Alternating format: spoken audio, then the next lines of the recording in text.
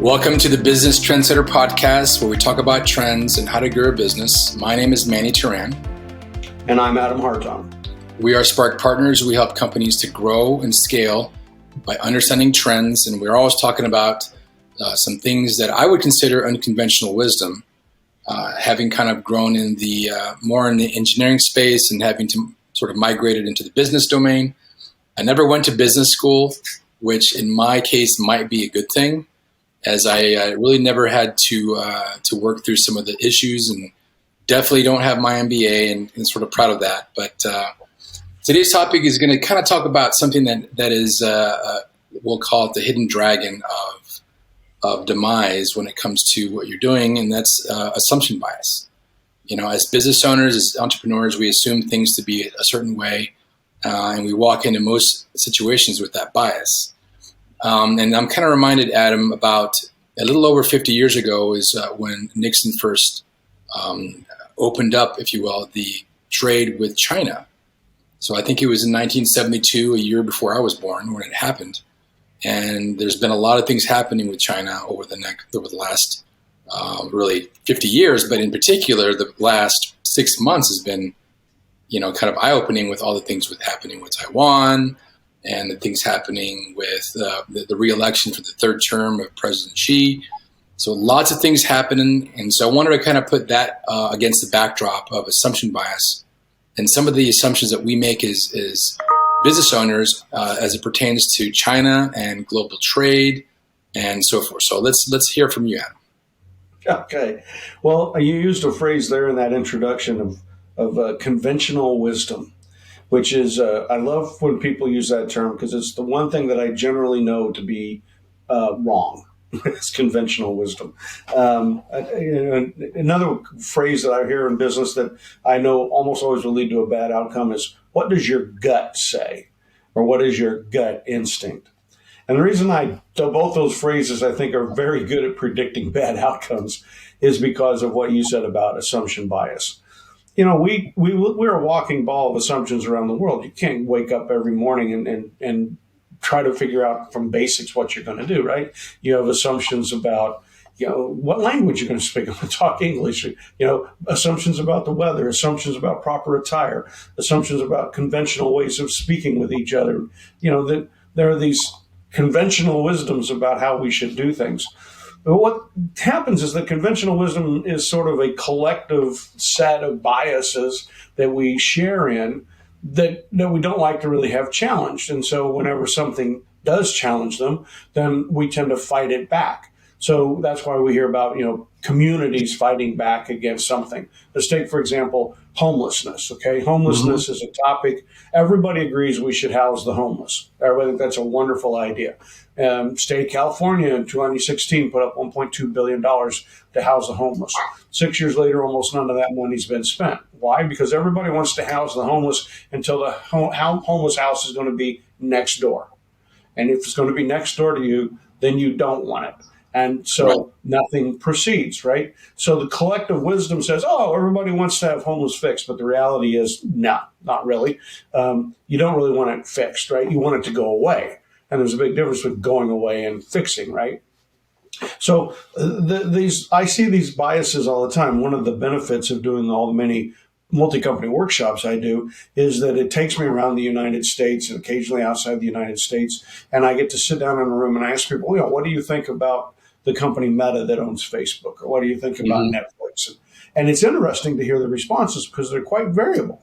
But each group has its own conventional wisdom, right? Right. And so what I start recognizing is what's this group's conventional wisdom, because I know I'm going to challenge some of those things. So I want to go back now. You mentioned China. Xi Jinping has just gotten his third 5-year term approved. He has purged everyone that's not his glad hander out of the government there. He's replaced them with people that think like he does, and he's replaced them with people with pretty hawkish mentalities. So what we need to do now is, as business people, start to realize that we've lived in a world of globalization for the last 30 years anyway. I mean, we were all scared to death. The younger people won't remember this, but in the 1980s, we were significantly worried that Japan was going to take over the world through a series of economic activities. And it obviously didn't happen. Japan's economy isn't one we talk about all that much anymore. But it was shortly after that, as we got into the 90s, that we really moved strongly through deregulation into the world into this world of globalization, and to where let's take the raw materials from wherever they are, let's put them wherever the manufacturing costs are the cheapest because they have low regulations or cheap labor or whatever, and then let's move the end product around the world. Dramatically increase the use of transportation.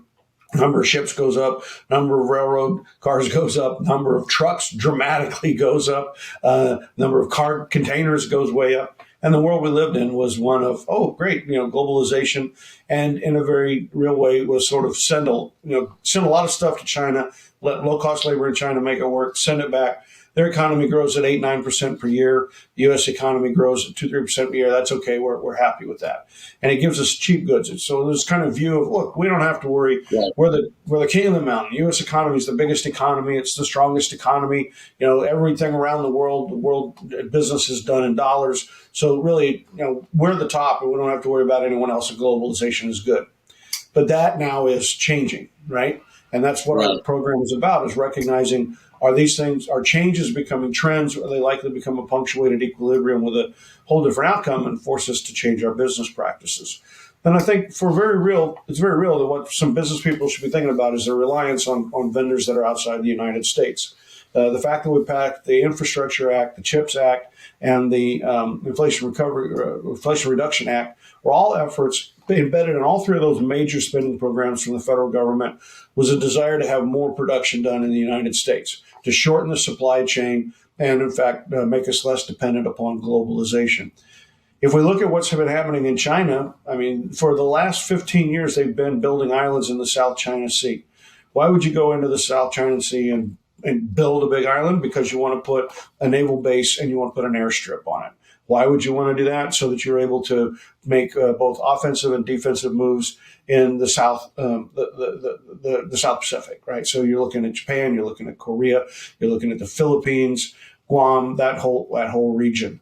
They've been building those islands for 15 years, right? And so now that we've had 10 years under Xi, we're starting to see them militarize those. At the same time, we're seeing them be very a little clearer and a little louder about the fact they'd like to take back Taiwan. For the younger people here, they may not realize that at the end of World War II, Taiwan had once been part of China, and we supported a guy named Chiang Kai-shek, who became the head of the Taiwanese government, and therefore it became a democracy, and we've always supported that democracy, but we've always supported it without admitting we supported it, until President Biden made a statement this year saying that he would support Taiwan. But yet chips, the majority of chips used in everything in the United States are made in Taiwan. Taiwan. Yeah, the Taiwan. And so we have a big dependence there, right? And so I want everybody that's listening to this podcast to stop and think for a little bit about the fact that we now have this country, China, that we built through globalization. We gave them a huge economy. We gave them a lot of clout. And now they're being very clear. They're saying, hey, we're not going to denounce Putin's invasion of the Ukraine. And we're still friendly with North Korea and Kim Jong-un, and who's sitting on an atomic bomb. And they're saying, we may or may not go after Taiwan. We don't know. We're not going to say. And we're building military bases in the South China Sea, and we're going to keep doing that unless you come after us militarily. So there's definitely a much more aggressive stance. And the economy of China has gotten really big. Right now they're trying to put on a conversion to say that instead of doing business in dollars around the world, we should be doing business in Chinese currency. So they're trying to make an attack on the way the economic balance by saying, look, instead of using SWIFT codes and banking internationally in dollars, let's do it in something else. Again, that's an economic attack, but it's not that much different from a military attack. All of this is kind of coming around to saying you just sort of expect to go to the Walmart or wherever, Target, Kohl's, and buy a sweatshirt for $8 or whatever. And now that the price is going up, people are saying, oh, it's all inflation, it's the Federal Reserve. But I think what you need to keep in mind is that those sweatshirts and those blue jeans, they were made in China, and the labor there was inexpensive, and we had a strong dollar, and it allowed us to be capable of providing low-cost goods. But now that's going to change. It's going to change. And the Federal Reserve can't do anything about Chinese policies that alter the workforce, alter the production methods, stop making Yeah. investments into factories and the things that are going on over there. So it's important that you pay attention and you start saying, hey, where am I dependent? Where is my business dependent? And Hmm. start to think about alternatives to those dependencies. Right. In one of the companies that I'm doing, I'm currently assumed the CEO role. I'm kind of working out the last details of it. We've got a technology for doing failure analysis on these chips. Right. There's a Chips Act. They're injecting $39 billion into the economy, trying to bring production back to the U.S. And even with all that investment, they're just going to be able to bring it from a single digit to maybe 10%, maybe 15% of all production. Ideally, it'd be up to 30, but it's not going to happen. But yeah, people don't understand that we helped to build China in more ways than Nixon just opening the door. I mean, it's been our insatiable desire for cheap goods. I just told you a second ago, Adam, that I just got a brand new iPhone 14, right? Pro. This was not made in Folsom, California or wherever. This was made in China, Yeah. right? I'm going to trade in my 11. I'm going to get $800 credit towards this guy. So how are we to afford this if these were made in another country? It's people don't understand that's happening. And also the other thing about the China conversation you mentioned is we always talk about demographics, and they've got this they had this one child rule for a long time. I read an article the other day about where are all the workers going. So as our economy is growing and the rest of the world is growing, who's going to do the work? Japan, we've talked about them. We've talked about Italy and other countries that their culture will fundamentally change in the next 20, 30 years. So, let's go back to the assumption bias, Adam, and how can a business owner really prepare for these changes in light of the fact that they do have assumption bias? Yeah, so let's build on that. So in China, Chairman Mao in the 1950s and 60s, when we were having the baby boom, he implemented a policy of one child. And as a result of that, they ended up with a baby bust. And now they have an economy where there's just not enough workers, and it's at least as bad as in the United States. But the worst part of it was because families could only have one child. What happened in China is if a mother had a baby and she was in the right situation where she wasn't being paid that much attention to, and it was a girl, they very often killed it. And that way they could have a second baby, because if they only had one child, they wanted it to be a boy so that the boy could take care of the family. So not only did they have the one child rule, they ended up with a very lopsided situation where there's far too many men and not enough women. And so now what's happened is that one child rule has exacerbated itself in terms of saying there's not enough people. What does that mean? That means that China's going to be forced into more robotics and that kind of thing if they're going to continue to manufacture, because they're not going to have people. They're having the same problem that we have with people, only in fact it's worse. And it's accelerating faster in that part of the world. Lack of immigration, fact that it's not a balance between a shortage of men and women, it's a balance of women. These kinds of things are making it worse. So that means it's going to be harder and harder for China to continue to grow its economy. As it runs into those problems, it increases the likelihood they try to do an attack on Taiwan. And because they don't have the number of people they once had, it very likely would not be a conventional war where you use guys with guns, but in fact it could very likely be some kind of unconventional warfare, meaning much more electronics, drones, bombing, and small nukes and dirty bombs and that kind of stuff as a way to try to attack. And so that conversation right now is not an irrational conversation. It's happening pretty regularly among the people that spend their lives with politics and diplomacy and international relations. But I think a lot of our customers just sit back and say, well, I'm not going to worry about that. It's beyond me. And the reality is it's not really beyond you. You can think about how you're running your business, what you're doing. If you're building a big dependency on a Chinese vendor, then you should be very aware of that. And you should be having some kind of fallback plans. What am I going to do? It doesn't do you any good to say, well, that's my big vendor. And then if they don't ship you something, you have nothing to ship your customer, and then you're out of business, right? Yeah. You need to be planning for these things. They're bigger issues than we typically like to talk about, but they're, in fact, they're very real issues. So Yeah. back again to this whole baby boom thing, most people just assume that if I put out, if I put out a job wanted sign and I put enough pay on the job wanted sign, I will get a worker. And that's an assumption. It's an assumption because for so many years, the population always grew. But we changed that, 40 years ago. 40, 50 years ago, the baby boomers didn't have as many kids and their children didn't have as many kids, and the workers just aren't out there. So let's just say you're a construction company, right? You're some guy running a construction company, or you're a plumber, or you're running an electrician's shop, anything like that. The reality is that we used to train tradespeople in high schools, but we got rid of vocational technical education. Our idea was send everybody to college.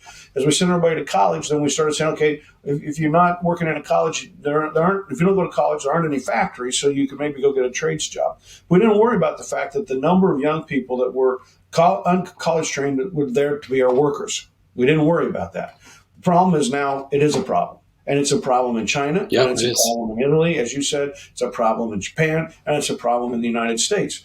So that means if you're a plumber out there and you just think you're going to pay your way into getting more plumbers, the reality is there aren't enough people. Everybody's competing for those folks. We're getting in a situation now where there's newspaper articles being written saying, hey, could you hire somebody who's 65, 66 or older to do a job? Because you like to think about hiring someone into your company who's young, yeah, but you're not going to get them because they aren't there. So could you take somebody who's a qualified accountant, qualified in any occupation, and put them back to work? There's a lot of people in their 60s, 70s who could work. And you need to really think about what's that option. You need to think about robotics.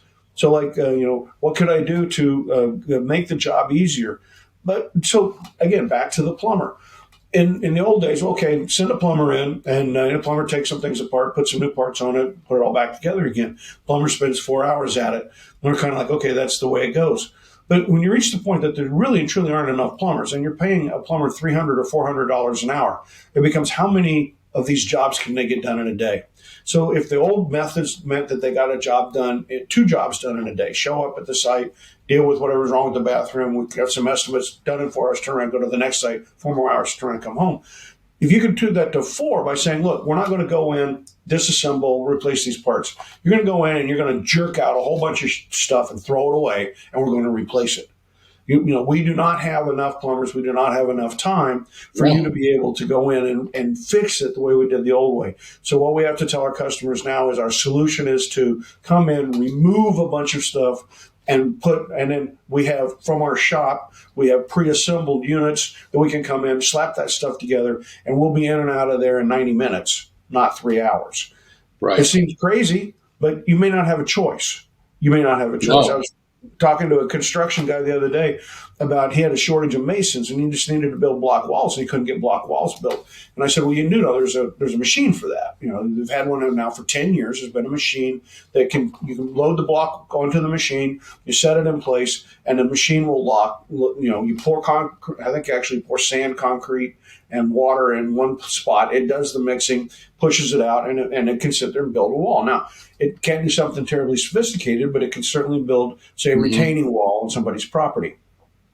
He didn't have much knowledge of that and certainly didn't have much indication to use it. And I said, well, if you can't get masons, then you need something like that for the retaining walls, for the straight up walls, like or a storage unit or a Walmart store or something, a retailer or something where you've got a lot of block you have to lay. You put the machine to work there so that your humans can show up for the jobs that really the machine doesn't make sense for, right? Where you can go in with a human and do it. But I have to say he felt very challenged about that. He really, he was struggling to conceive. But that's what it's going to take to grow, right? Yeah.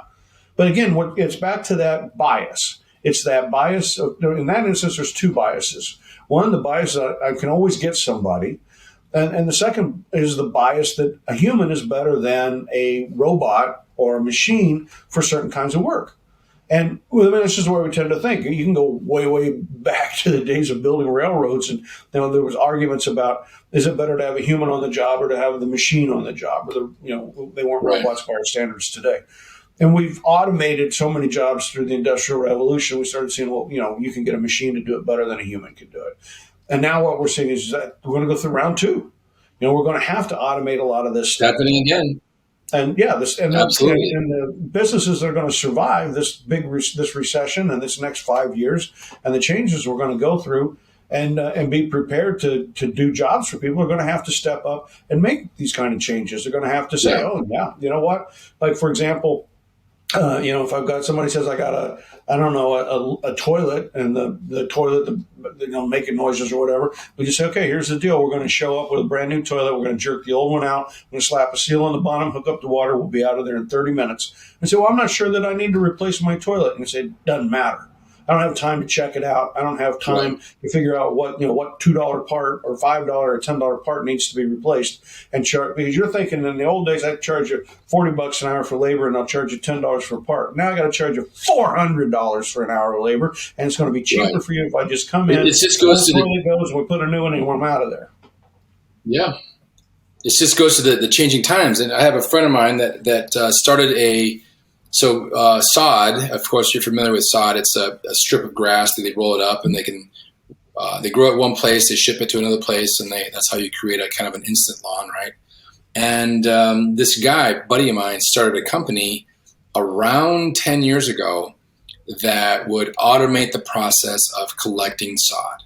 It's these big robots that come in, they scoop up the sod, and then they cut it, then they roll it up, and then they stack it in the back on the back of a pallet. When he first started his company, it was him and his brother. This was 10 years ago. I talked to one of their guys a few months ago, and they're over 200 employees. They are cranking these robots out like no other, and they've got a backlog. And if you're not really thinking about automation or how to take advantage of these technologies, then you really ought to. And this has to do with, again, if you look at the demographics, if you look at the current trends of the way the workforce is aligned, you've got to think that way. It just has to happen if you want to grow.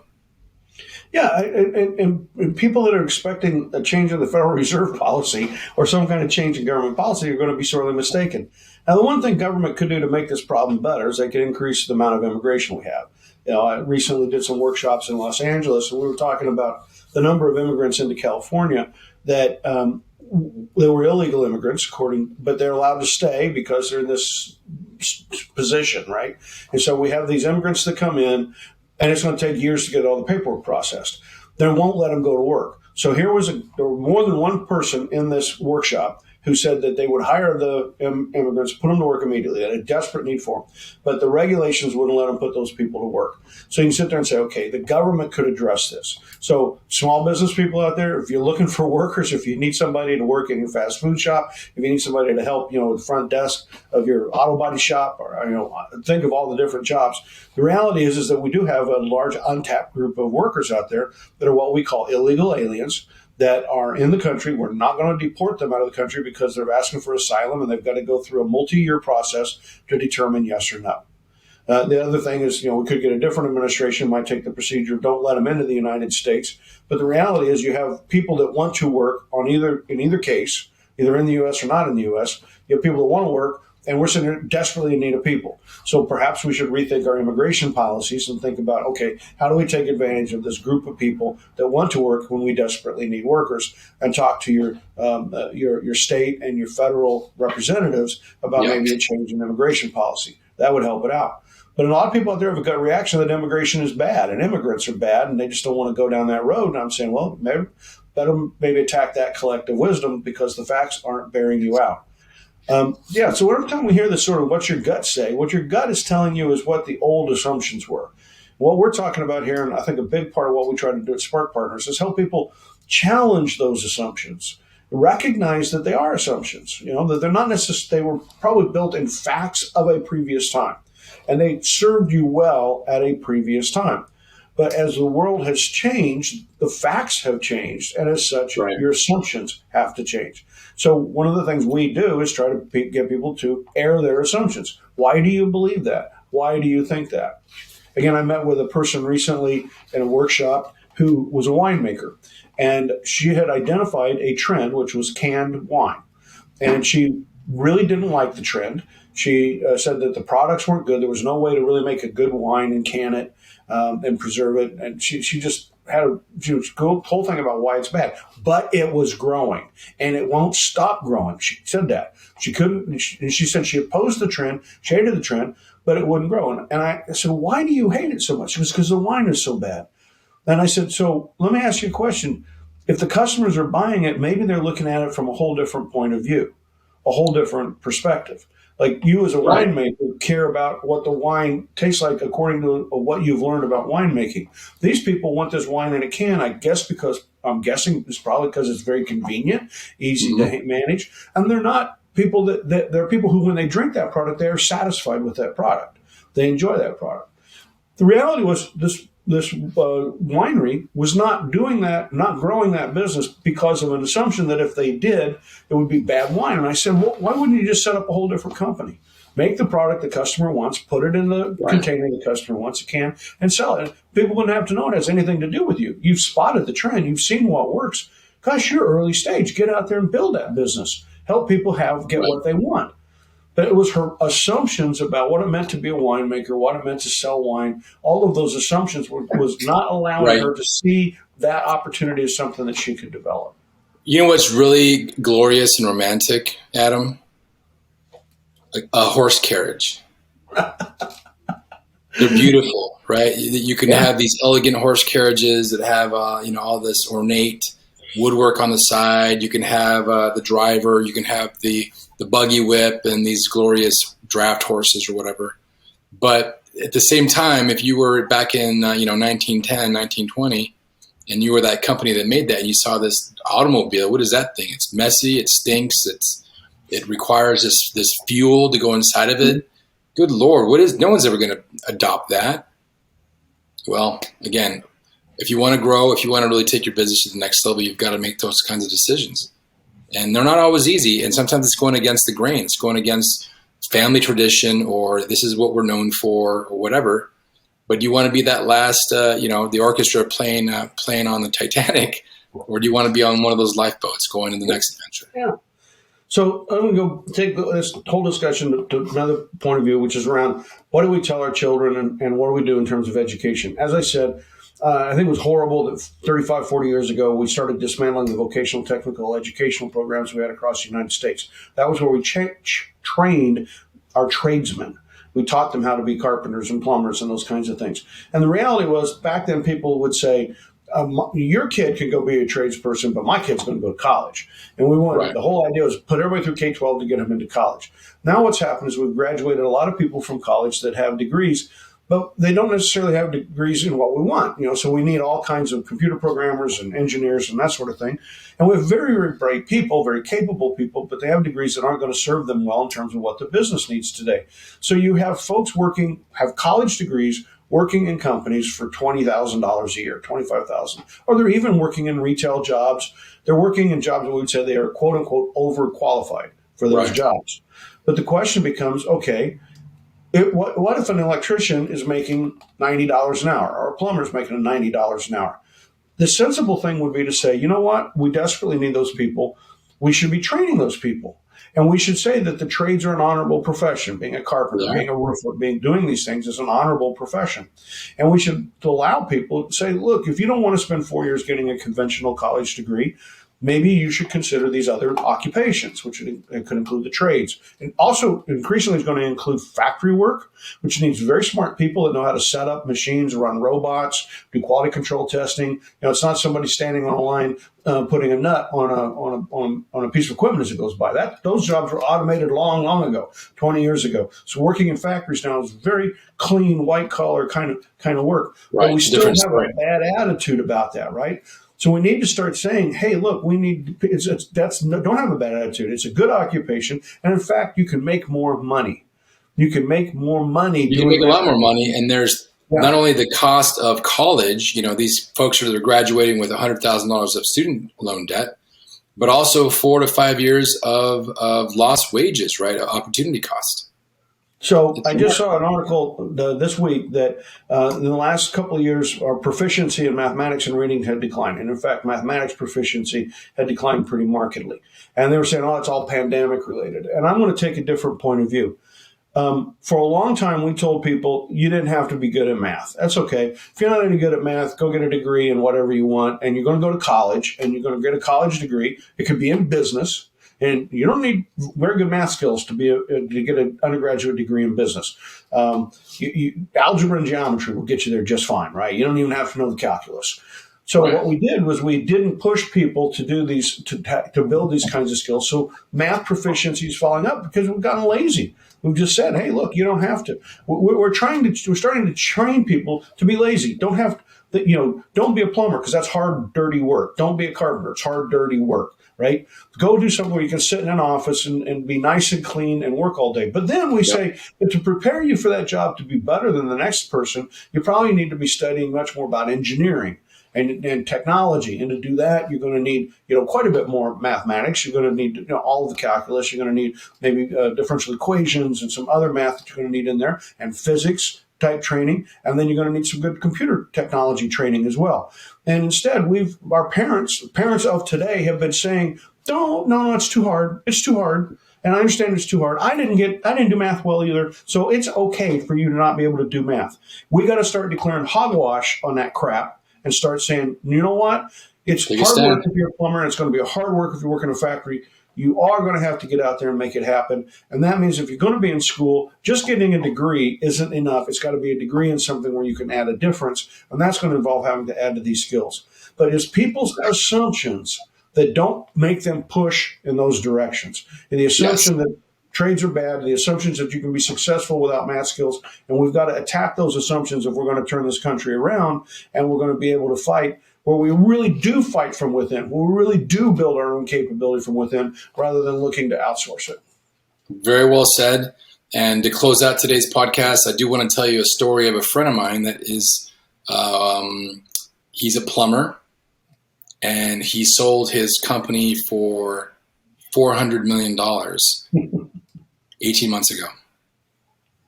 So if you think that you really can't make a lot of money doing that, think again. You're so right. It's remarkable if you're able to align with an emerging trend, and he did. He really capitalized on, kind of like what you said, it's sort of plumbing as a service rather than like a maintenance service where you're paying it X amount per year, and he comes in and he does all the maintenance, and he's not having to do this heavy lifting because they can catch it ahead of time. But thank you for your time, Adam. Any final thoughts before we close out today's podcast? Don't trust your gut. Go get the facts, find out what's going on in the world, and make informed decisions. But the collective wisdom is the collective stupidity, and never trust your gut. Awesome. Very well said, Adam. With that, we'll end today's podcast, and we'll talk to you later. Thanks. Cheers.